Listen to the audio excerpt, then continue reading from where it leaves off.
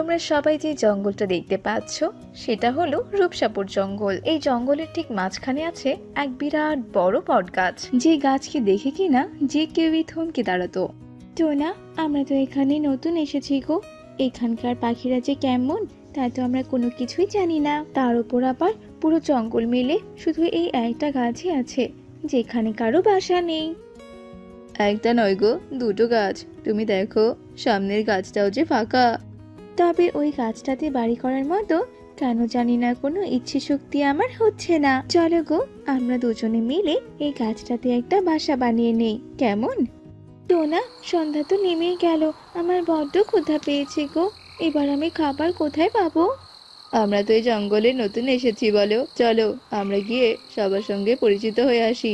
তখন দেখবে কেউ না কেউ আমাদেরকে নিশ্চয়ই কিছু খেতে দেবে, আর তাহলে আজকে রাতটা আমাদের কেটে যাবে গো। তাহলে আর দেরি কেন, চলো আমরা এক্ষুনি বেরিয়ে পড়ি। তারা দুজনে মিলে সুখী পায়রার বাড়িতে আসে। তোমরা দুজন বোধহয় এই জঙ্গলে নতুন? হ্যাঁ হ্যাঁ, আসলে আমরা আজকেই এই জঙ্গলে এসেছি। যাক, ভালোই হয়েছে। তবে তোমরা বেশিক্ষণ বাইরে থেকো না, কেমন? এই জঙ্গলে এক এক রাতে এক এক রকমের অভিশাপ নেমে আসে। কেন গো দিদি, এখানে আবার কি হয়? ছাড়ো ওসব কথা, এইখানে থাকতে থাকো, তাহলে সবটা এমনিতেই বুঝতে পারবে। যাকে, তোমরা যখন আমার বাড়িতে নতুন এসেছো তখন কিছু খেয়ে যাও, কেমন?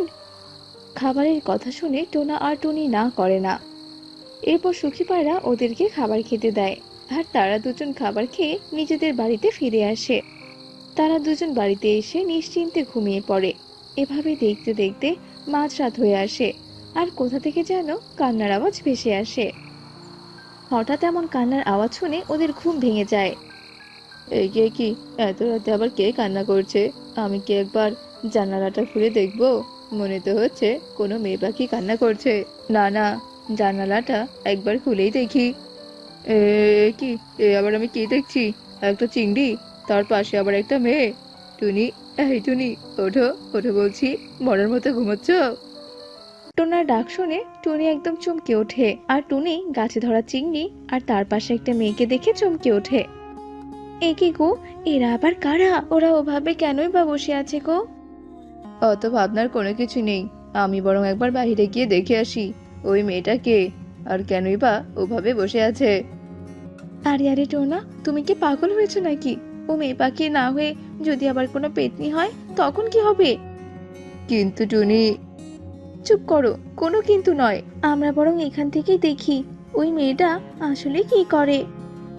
টোনা আর টুনি জানালার কাছে বসে বড় চিংড়ি আর তার পাশে থাকা ওই মেয়েটাকে দেখতে থাকে। হঠাৎ করে সেই মেয়েটা আর বড় চিংড়ি উধাও হয়ে যায়, আর গাছের আলো নিভে যায়। তা দেখে তো টোনা আর টুনি ভয়ে কাঁপতে থাকে। টোনা, ভূত ভূত! হ্যাঁ গো টুনি, হ্যাঁ, এটা আবার আমরা কোথায় চলে এলাম? টোনা, তুমি বরং জানালাটা লাগিয়ে দাও, আর চলো আমরা ঘুমিয়ে পড়ি। সকাল হলে না হয় বাকিটা দেখা যাবে। ভয় পেয়ে ওরা দুজন জানালা লাগিয়ে দেয়, আর তারা ঘুমিয়ে পড়ে। দেখতে দেখতে সকাল হয়ে আসে, আর সকাল হতেই সব পাখিরা নিজেদের কাজে লেগে পড়ে। তোমরা একটু শোনো না। কি হয়েছে, তাড়াতাড়ি করে বলো, আমাদের যে আবার অনেক কাজ পড়ে আছে। এরপর টোনা আর টুনি রাতের সব ঘটনা মিনুকে খুলে বলে।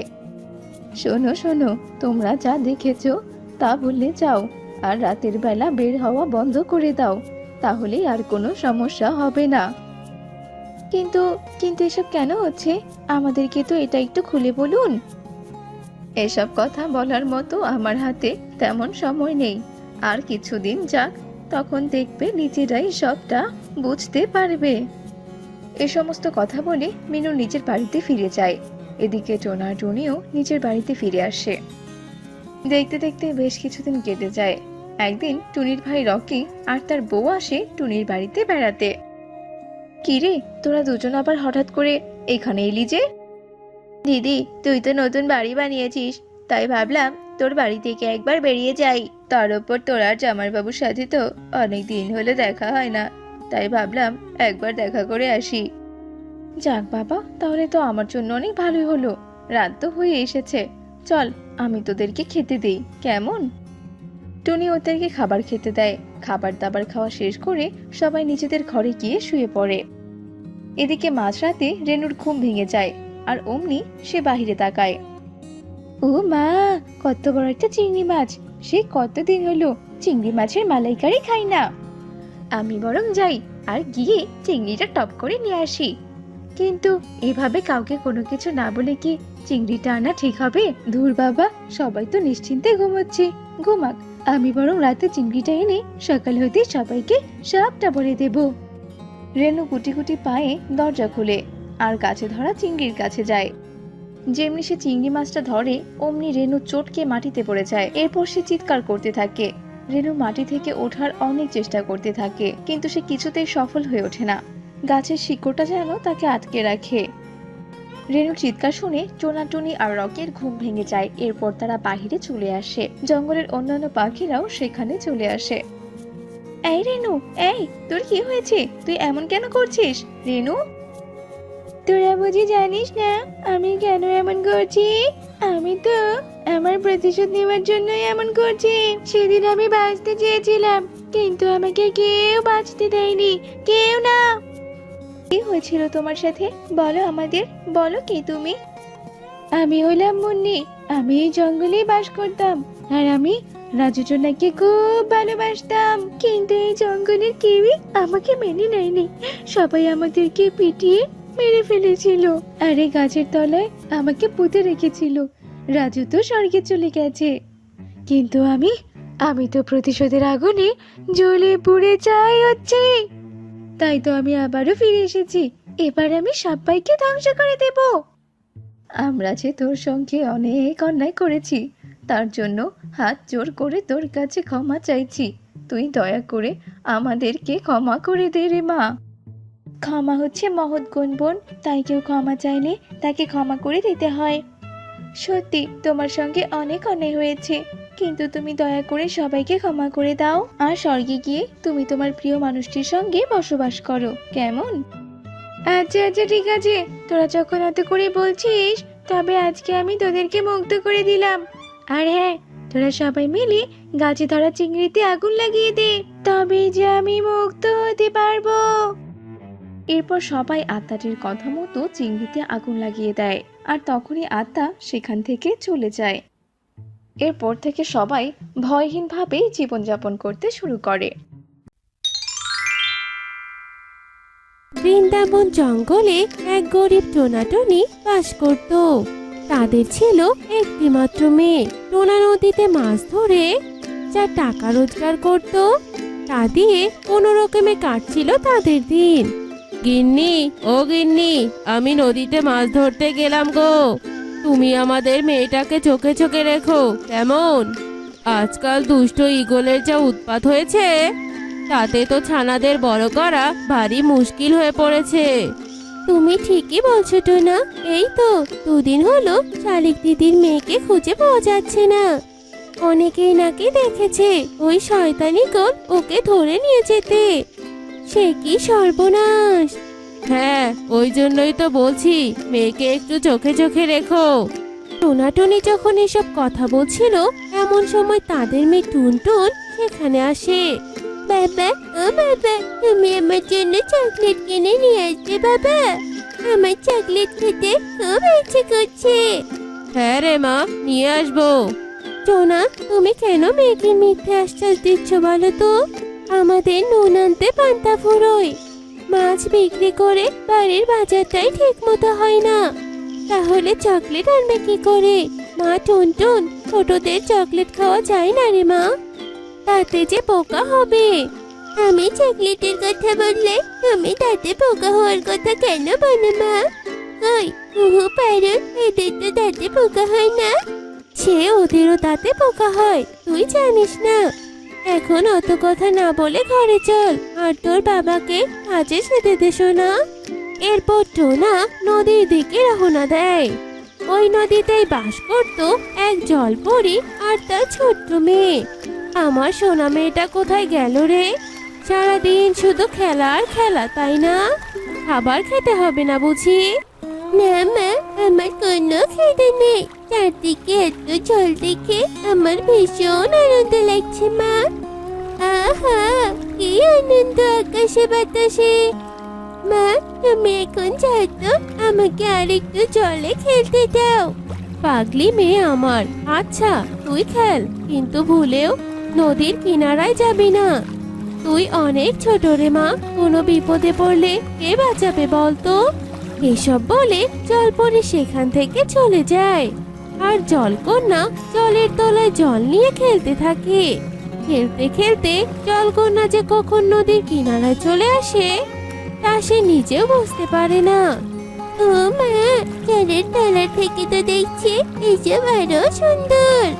এটা কি তাহলে ডাঙ্গা? কিন্তু এখানে তো কোনো জলও নেই।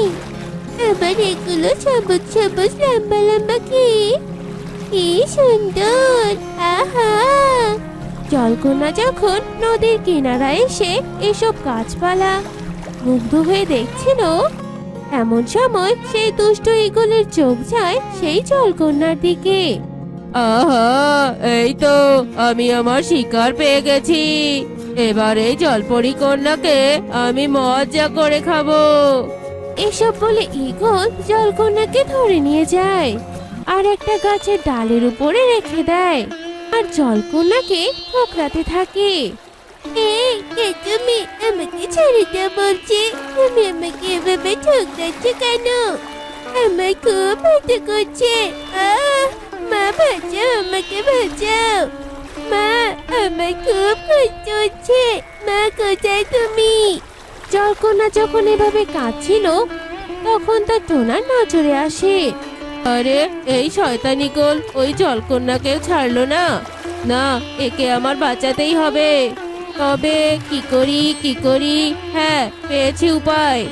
এরপর টোনা পাশে থাকা ছোট্ট একটা ইটের টুকরো দিয়ে ঈগলকে ঢিল ছুঁড়ে আর ঈগল ব্যথা পেয়ে জলকন্যাকে ছেড়ে দেয় আর জলকন্যা হতাশ করে নিচে পড়ে যায়। তখন টোনা ওকে নিয়ে বাড়ির দিকে পালাতে থাকে। ব্যথায় যে আমি মরে যাচ্ছি।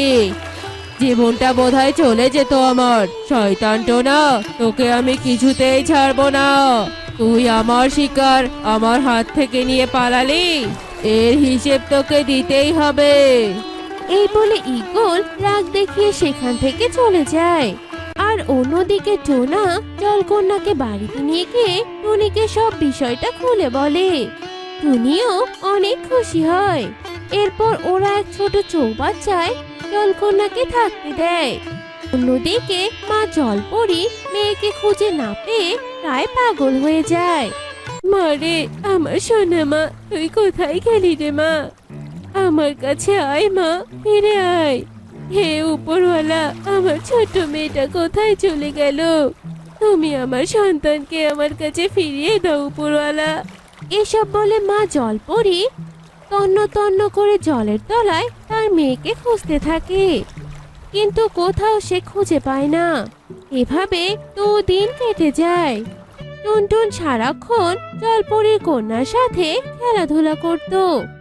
একদিন ঈগল আসে টোনার বাড়িতে আর ঈগলকে দেখে ওরা ভীষণ ভয় পেয়ে যায় আর ভয় পেয়ে ঘরের দরজা লাগিয়ে দেয়।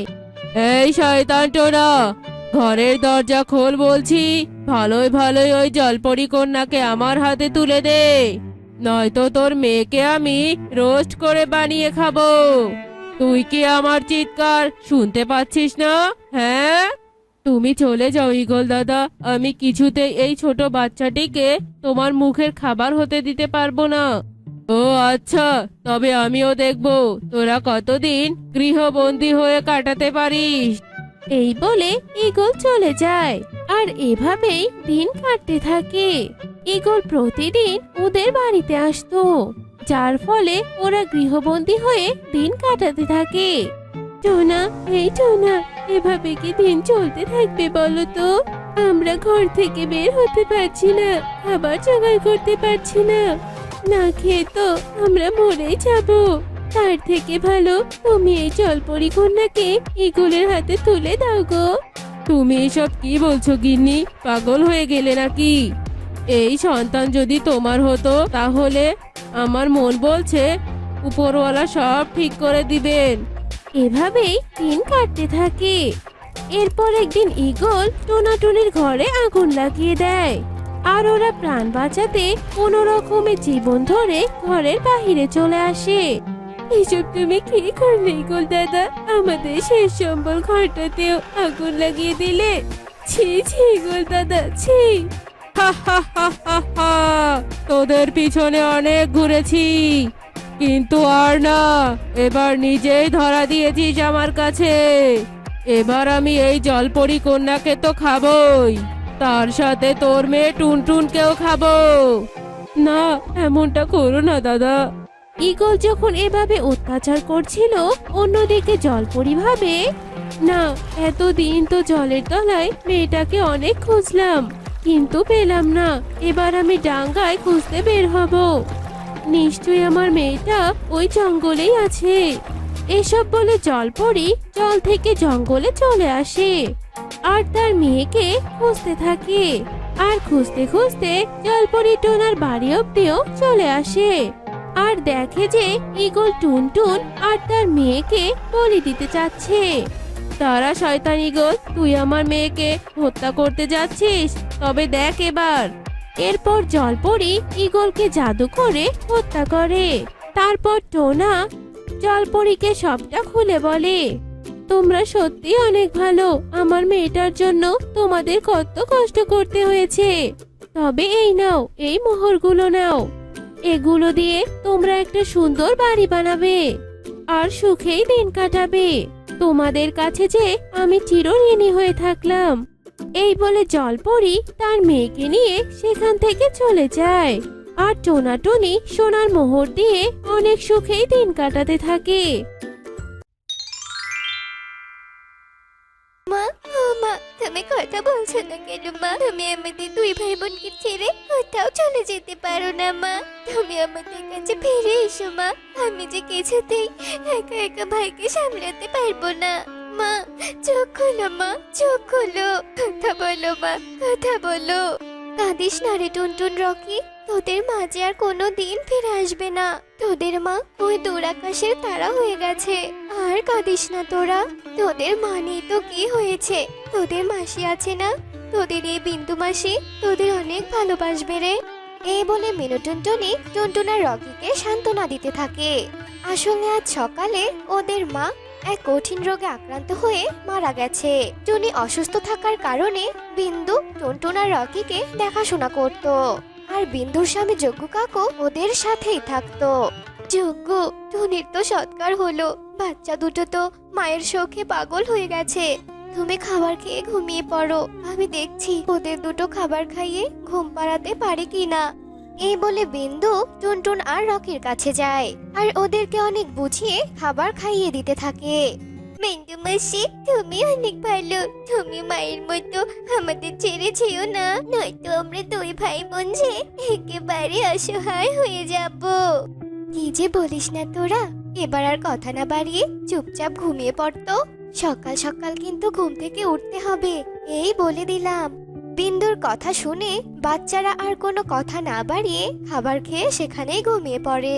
এভাবেই দিন কাটতে থাকে। বিন্দু ওদের দুই ভাই বোনকে অনেক ভালোবাসতো, কখনো তাদের মায়ের অভাব বুঝতে দিত না।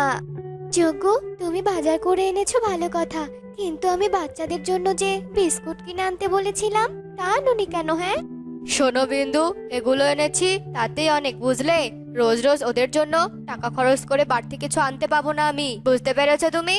তুমি এসব কি বলছো বলো তো? তোমার কি মাথা খারাপ হয়ে গেছে নাকি? ওরা তো অনেক ছোট, এই বয়সে তো ওরা ওসব খাবেই। আর তাছাড়া তোমাকে তো টাকা খরচ করতে হচ্ছে না। দিদি আর দাদা বাবু ওদের জন্য তো অনেক টাকা রেখে গেছেন, তাই বেশি বকো না তো।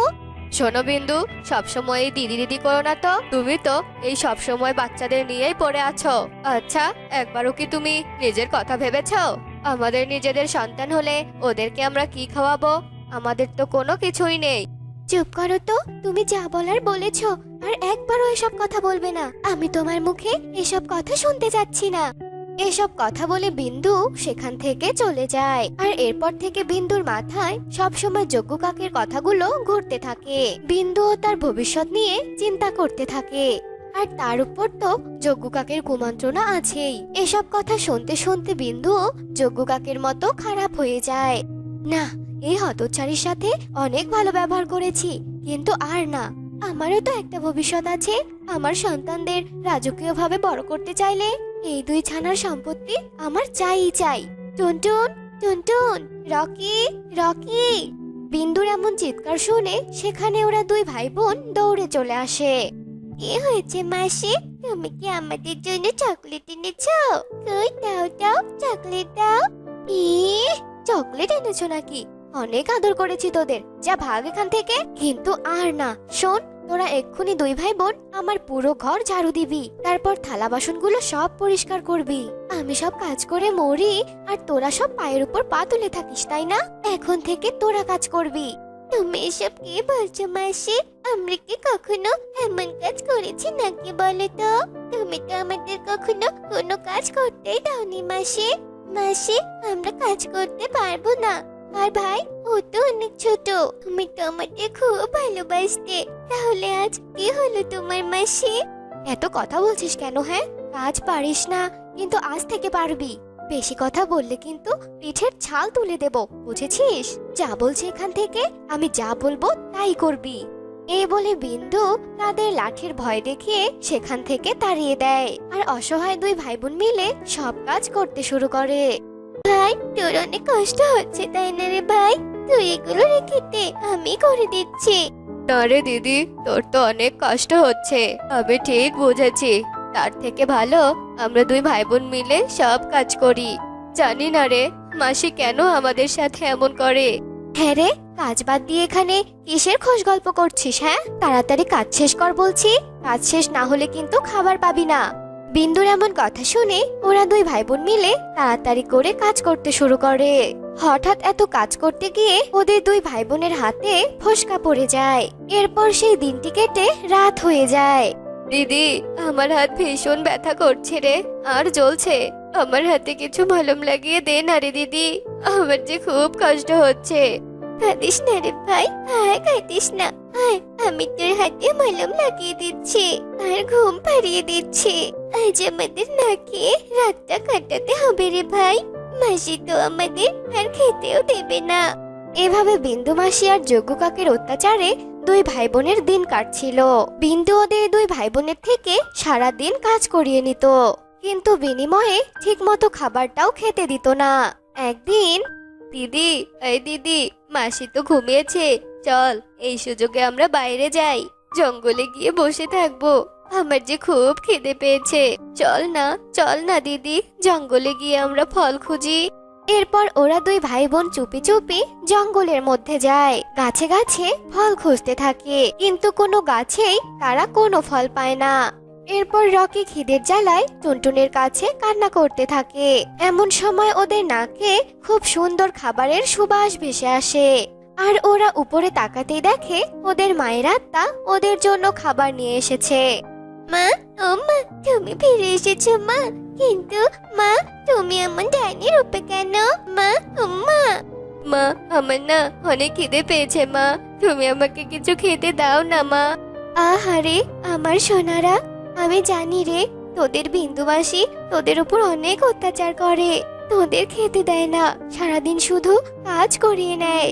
আমি সব জানি রে মা, তবে তোরা আর কোনো চিন্তা করিস না, আমি এবার সব ঠিক করে দেব। আর কাঁদিস না রে তোরা, এবার খেয়ে নে তো। মায়ের কথা শুনে ওরা দুজনে গপ গপ করে খাবারগুলো খেতে থাকে। আর টুনির আত্মা সবকিছু দেখে ভীষণ কান্না করতে থাকে। মারে, তোরা এখন ফিরে যা। ওই শয়তান বিন্দু মাসি যদি তোদের ওপর কোনো অত্যাচার করে, আমি ওদের আর ছেড়ে দেব না। সোনারা, এখন তোরা বাড়ি ফিরে যা। মায়ের কথা শুনে দুই ভাই বোন আশ্বাস পেয়ে বাড়ি চলে যায়। আর গিয়ে দেখে বিন্দু আর যজ্ঞ লাঠি নিয়ে দাঁড়িয়ে আছে। বিন্দু, এই দেখো, এই দুটো এসে হাজির হয়েছে। চলো আজকে এই দুটোকে আমরা মেরেই ফেলবো, মেরে সব সম্পত্তি হাতিয়ে নেব।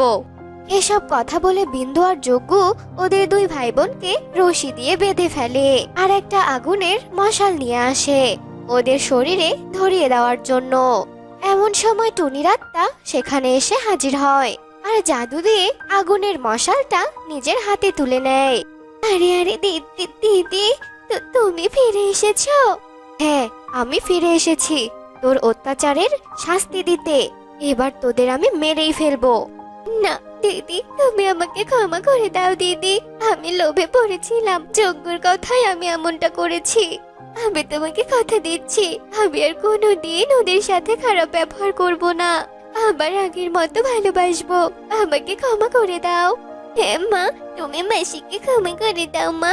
মাসি ছাড়া যে আমাদের আর কেউ নেই। আচ্ছা বেশ, আমি তোকে ক্ষমা করে দিচ্ছি, কিন্তু শোন, আবার যদি কখনো ওদের ওপর অত্যাচার করিস, আমি কিন্তু সেদিন তোর কোনো কথাই শুনবো না। এই বলে টুনির আত্মা সেখান থেকে অদৃশ্য হয়ে যায়।